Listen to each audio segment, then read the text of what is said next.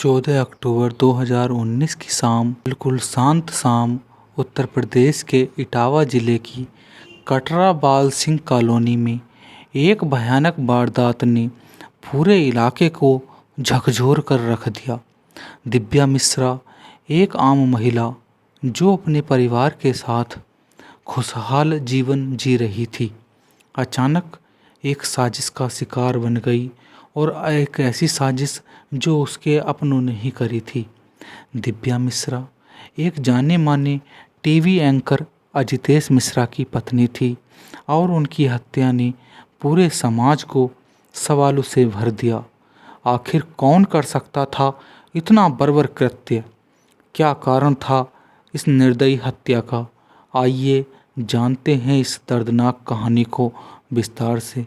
लेकिन आगे बढ़ने से पहले अगर आपने अपने इस छोटे से चैनल को अभी तक सब्सक्राइब नहीं किया है तो प्लीज़ सब्सक्राइब कर लें।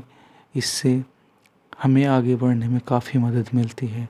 अब कहानी की ओर रुख करते हैं।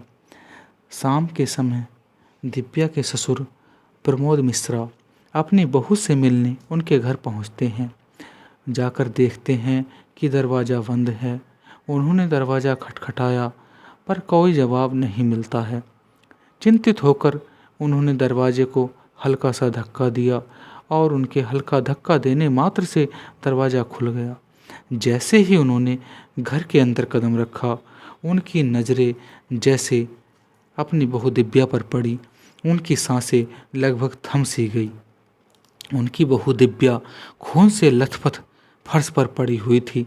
प्रमोद मिश्रा ने उसे जगाने की हर संभव कोशिश की, पर सब बेकार चली गई।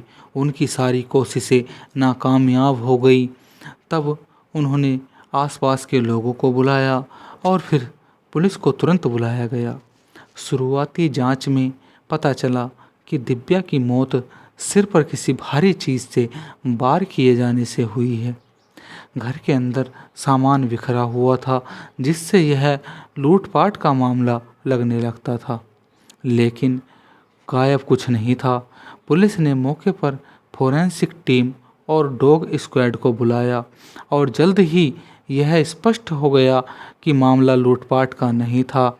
संदेह की उंगलियां अब घर के परिचित लोगों की ओर उठने लगी थी। जांच के दौरान पुलिस ने आसपास के लोगों से पूछताछ की, जिसमें कुछ ने बताया कि उन्होंने एक युवक को दिव्या के घर में जाते हुए देखा था। यह युवक कोई और नहीं बल्कि दिव्या का पुराना परिचित अखिल कुमार सिंह था। अब बता दें आपको कि अखिल कुमार सिंह दिव्या के पति अजितेश का भी मित्र था, और अक्सर वह दिव्या से मिलने जाया करता था। जब अखिलेश से पूछताछ हुई, या अखिल कुमार सिंह उनका जो नाम है, उनसे पूछताछ हुई, तो उसने पहले दावा किया कि जब वह दिव्या से मिलने गया था तब सब कुछ सामान्य था।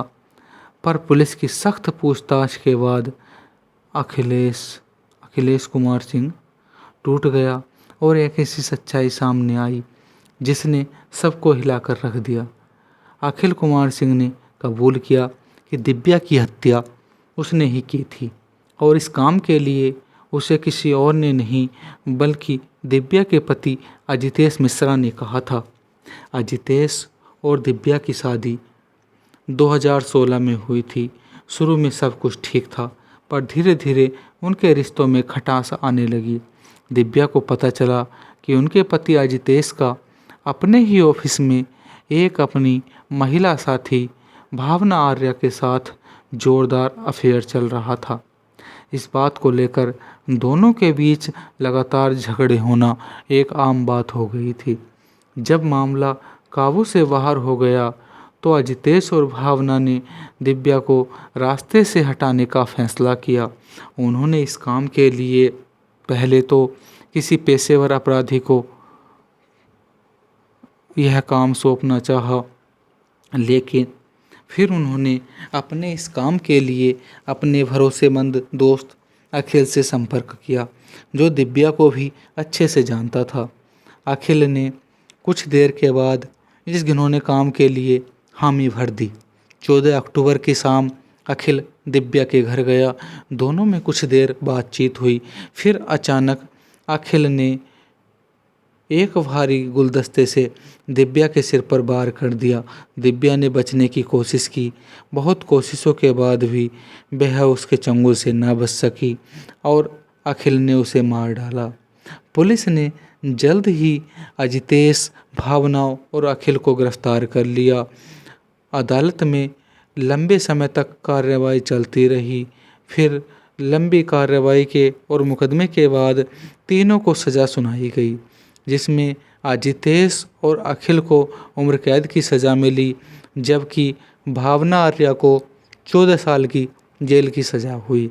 दिव्या की हत्या ने एक बात साफ कर दी कि धोखा, विश्वासघात और लालच कभी किसी का भला नहीं करते। इस घटना ने हमें यह सिखाया कि रिश्तों में सच्चाई और भरोसे की कितनी अहमियत होती है। इस कहानी में दर्शकों, आपको किसकी गलती लगती है, और अगर आपको सज़ा देने का मौका मिले तब आपको किसको कितनी सज़ा देना चाहेंगे, कमेंट बॉक्स में अपनी राय ज़रूर दें।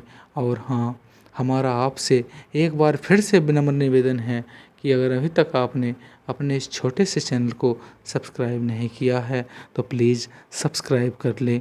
Thank you.